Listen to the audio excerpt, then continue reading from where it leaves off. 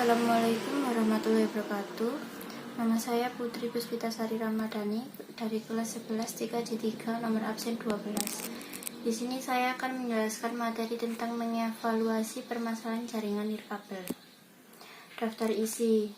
Yang pertama, mendiagnosa permasalahan jaringan nirkabel. Yang kedua, mendeteksi letak permasalahan jaringan nirkabel. Yang ketiga, memperbaiki permasalahan jaringan nirkabel. Yang pertama, mendiagnosa permasalahan jaringan nirkabel.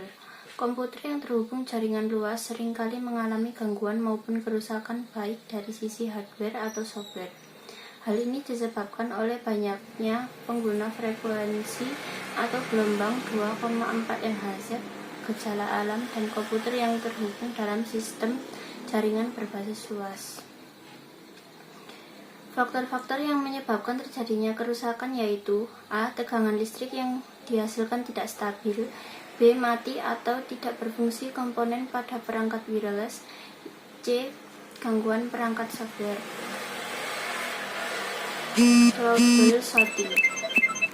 Periksa apakah kartu jaringan rusak secara fisik atau tidak. Periksa apakah kabel sudah dipasang secara benar sesuai dengan prosedur. Periksa apakah ada kerusakan pada hubungan atau konsentrator jaringan. Langkah isolasi kerusakan perangkat keras. Sebelum memasang perangkat jaringan, semua diperiksa secara cermat apakah terdapat cacat secara fisik pada perangkat tersebut. Bacalah manual dari tiap-tiap perangkat untuk mengetahui kemampuan kerja dari alat tersebut. Jika terdapat kerusakan pada alat, langsung lakukan pergantian alat. Jangan pernah memasangkan alat untuk bekerja melebihi kemampuan alat.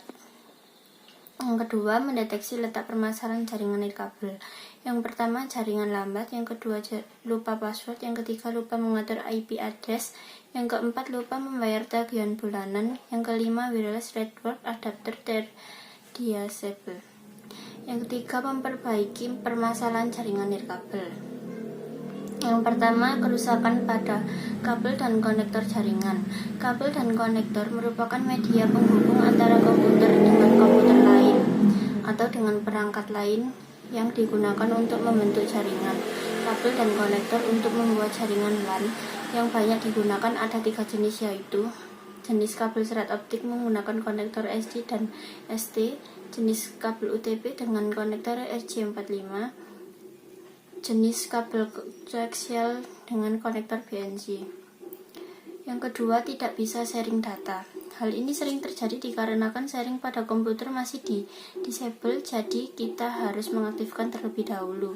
Dan biasanya karena IP yang kita gunakan salah satu atau sama dengan IP komputer lainnya, ganti dengan IP yang berbeda. Yang ketiga, tidak muncul local area connection. Hal ini kemungkinan besar kita lupa untuk menginstal driver network adapter. Jadi yang harus dilakukan adalah menginstal driver network adapter. Biasanya lalu kita sudah menginstal driver akan muncul local area connection. Terima kasih. Wassalamualaikum warahmatullahi wabarakatuh.